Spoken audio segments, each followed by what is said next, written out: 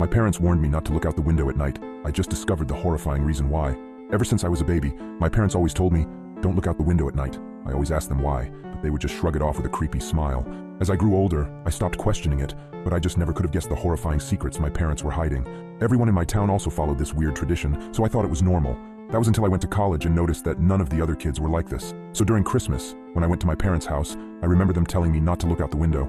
I gave them a smile and a small chuckle before telling them I wouldn't. However, curiosity struck me the moment they left the room. As I lay in the dark, I came to a decision. I was going to look out of the window. Just as my hand came to the sheer white curtain of the guest room, I paused. My mind flashed to that one time when I was 12. My parents were talking in the kitchen.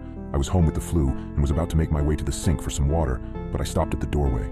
I hid behind the wall, peeking my head out from the doorway just an inch. My mother was crying and my father was holding her and rocking. That poor little girl. I feel horrible for her family, whispered my mother. My father just nodded and continued holding her. I went back to my room after that. Several hours later, my dad came up to my room with several pieces of wood and boarded up my windows. "What are you doing that for, Dad?" I asked him. "Oh, it's nothing. Just safety reasons," he replied.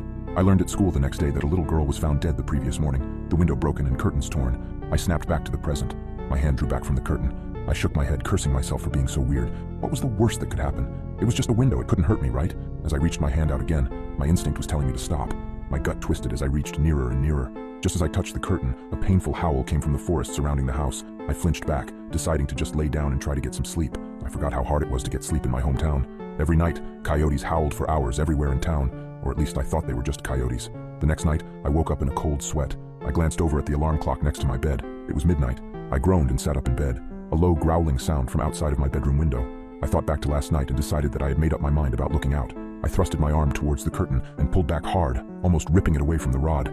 I flattened myself against the wall next to the bed for a moment before I put one eye in front of the window. I immediately regretted my decision as I heard claws clacking up the house. I flung myself out of bed, tumbling on the floor. I stood up and got back up on the bed. I stuck my face closer to the window as the clacking got closer and closer. It suddenly stopped for a second before the most terrifying creature popped up from outside, emitting a horrible shriek as it did so. I can never forget its face, the way the hollow eyes oozed some kind of black substance, like tar, and the way its lips were pulled back into a gruesome grin, the teeth blood-stained and razor-sharp. It looked like it had 4 limbs, its front 2 slamming on the glass and pounding. As I was frozen in front of the window in terror, my parents burst into the room. My father held a shotgun. He marched up to my bed and yanked me away from the window. He pointed his shotgun at the creature, shooting a bullet at it. The thing scrambled away, leaving the window almost completely shattered. "Damn it, son, it was a simple task. Just don't look out the window. How hard is that?" my dad shouted at me. I wasn't processing his words. I was sitting on the floor, arms and legs splayed everywhere in utter shock.